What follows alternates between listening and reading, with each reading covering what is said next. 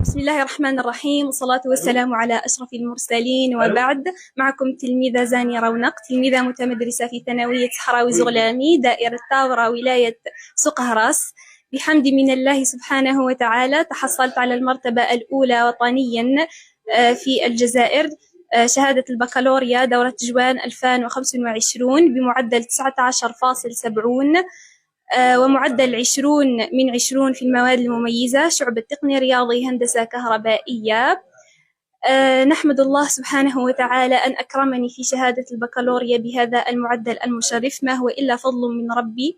هو كان مسببا للأسباب، وكان البداية، وكان سببا أولا في حصولي على هذه المرتبة.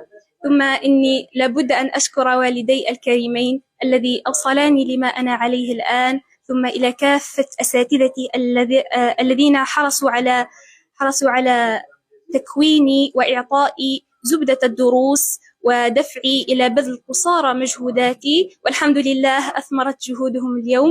ونصل الشكر أيضا إلى الطاقم التربوي والأسرة التربوية لولاية سوق أهراس، وخاصة الأسرة التربوية في ثانويتي، بداية من السيد المدير بن نضال السعيد. وشكرا.